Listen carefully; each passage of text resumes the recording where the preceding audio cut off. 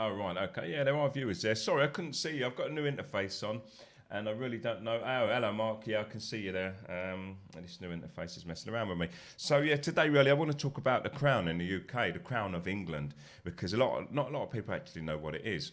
Now, this isn't some hardcore conspiracy. You know, you can research all of this yourselves, and you can see for yourselves and make your own minds up as to what's true and what not. We don't actually know exactly what they're doing because no one's there. But the fact that you know that they exist and there is a separation between government and the Crown and the people who make the laws in the UK and how they were formed and what they're protecting, and it gives you some awareness and may turn you into a rebel or make you understand, have more of an understanding really about how bent a system is. If you're a lawyer, listen, you want to support that, or well and good for you. You stand up, you support the people that fought for and battled and laid claim to the land that you live in, and then give you the benefits, tell you that they're going to protect you, and you support them loyally, and you'll fight and die for them and all that stuff. But that's mostly so those people can hold on to their power. And if you want to build a better world where you're not struggling every day just to pay bills and pay taxes to them in order for them to maintain their wealth, then we can all consider removing these people and trying to build a better system. And you can either do it one way or the other. Keep fighting, protesting for reform, and in that way, changes happen very, very slowly, if at all. Or revolution, cut their heads off, and there'll be some mayhem for a while, and then, we'll settle down, no doubt about that. Okay, maybe the timing, because now it's saying there's 4 people watching, and the other one's not showing me anything. So yeah, if you're not shy, thanks Mark, let me know you're there, and Rogan as well, Rogan. So yeah, I'll kick off anyway. Let me just take a final look at this and refresh this.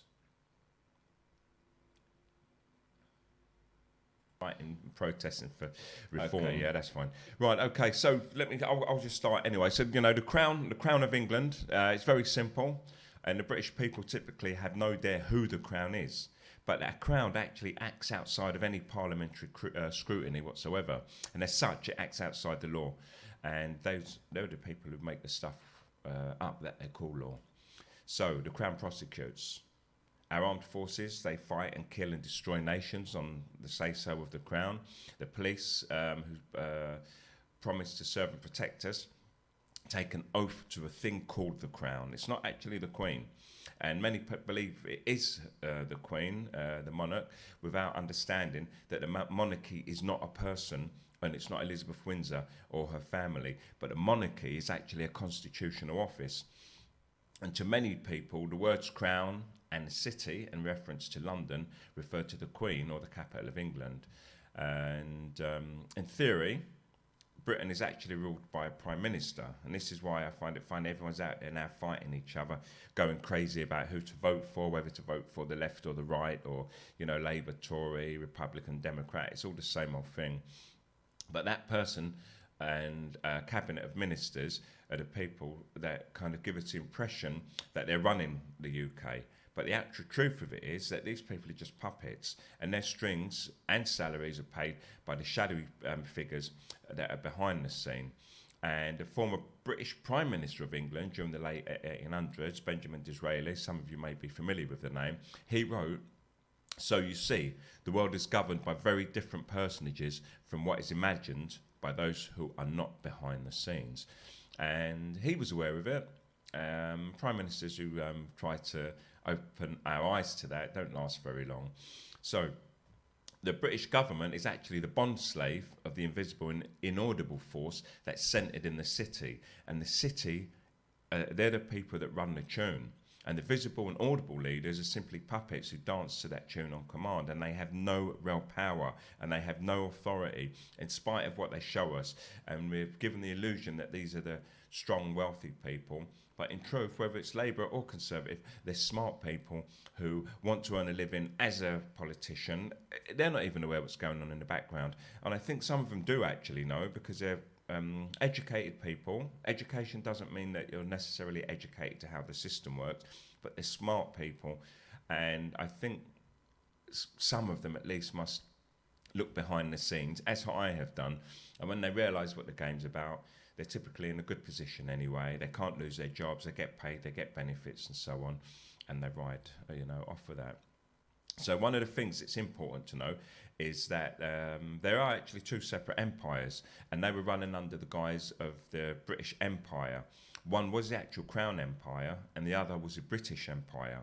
And the colonial possessions, they were actually under the authority of the British government. And these were nations such as the Union of South Africa, Australia, New Zealand and Canada. And they were governed by British law. But they only represented 13% of the people who made up the inhabitants of the British Empire. All the other parts of the British Empire, nations like India, Egypt, Bermuda, Malta, Cyprus, and the colonies in Central Africa, Singapore, Hong Kong, Gibraltar, they were all crown colonies. Now, you may have heard those terms before, crown colonies. And that means they were not under British rule. The British Parliament actually had no authority over them. And as the Crown owned the committee known as the British government, listen carefully, the Crown owned the British government. There was no problem getting the British taxpayer to pay for the naval and military forces to maintain the Crown's supremacy in this area. And I know you're not stupid people, but just to explain, the Crown sits at the top. That's why it's called the Crown. They own the government.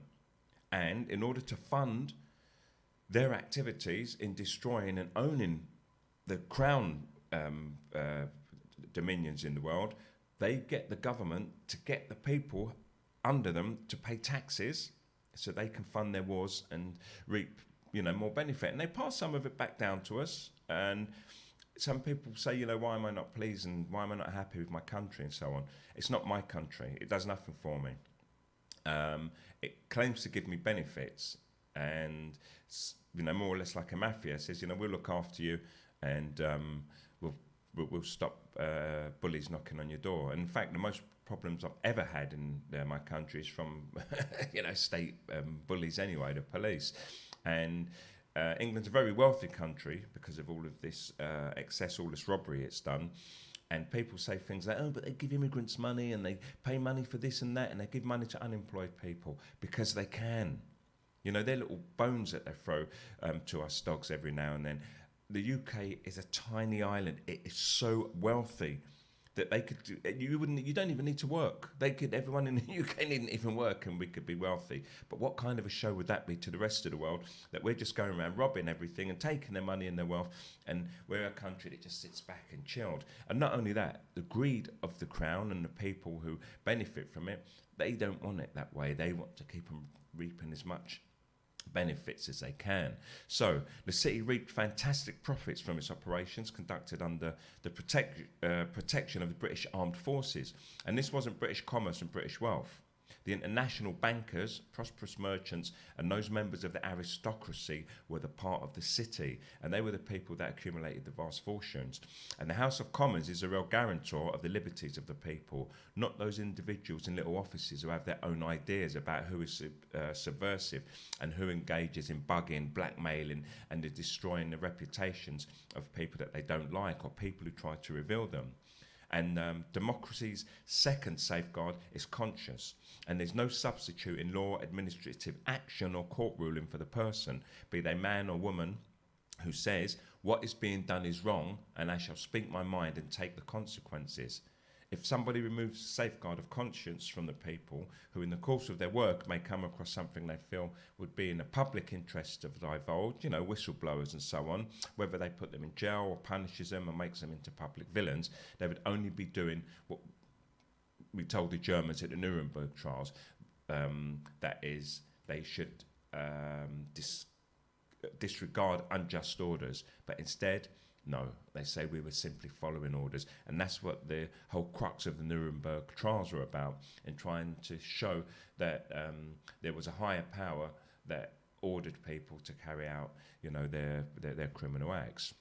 And Parliament must protect these principles. In many ways, I share the view of its honourable member of Thanet, and that person said, "Next week I shall have been there 38 years, and I've never known a House of Commons that has been so craving in surrendering one of its rights after another, surrendering powers to the EEC, accepting 120 foreign bases, and now, in the name of security, handing over even great power to the executive.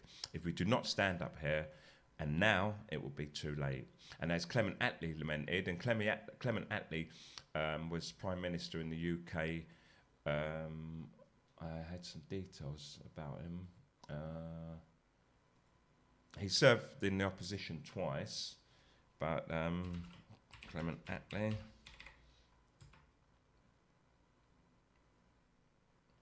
He was Prime Minister in the UK from 1945 to 1951 and leader of the Labour Party from 1935 to 1955. 20 years. He was the son of a solicitor and born into an upper middle class family. But, he had those kind of views that I agree with. And he said over and over again, we've seen that there is in this country another power than that which has its seat at Westminster. And what he was saying was there was a power greater than Westminster, and that's the Crown. It's the dark heart of Britain, the place where democracy goes to die. Immensely powerful, equally unaccountable. But I doubt that 1 in 10 British people has any idea of what the corporation of the City of London is and how it works. And the city has exploited this remarkable position to establish itself as a kind of offshore state, a secret jurisdiction which controls a network of tax havens housed in the UK's Crown dependencies and overseas territories. And this autonomous state within our borders is in a position to launder the ill-gotten cash of oligarchs, kleptocrats, gangsters and drug barons. As a French investigative magistrate, Eva Joy, remarked, it has never transmitted even the smallest piece of usable evidence to a foreign magistrate. It deprives the United Kingdom and nations of their rightful tax receipts. And that once again shows the power of the Crown, that it's just this powerhouse that is corrupt to the core, and it allows and permits all the rich people who run it and the ruling elite to, send their money to all their offshore tax havens. And we, the mugs, at the very lowest level of the rung, are simply fighting each other about who we're going to vote for. And on that note, I'll end that chat there. I'm the OBG. OBG.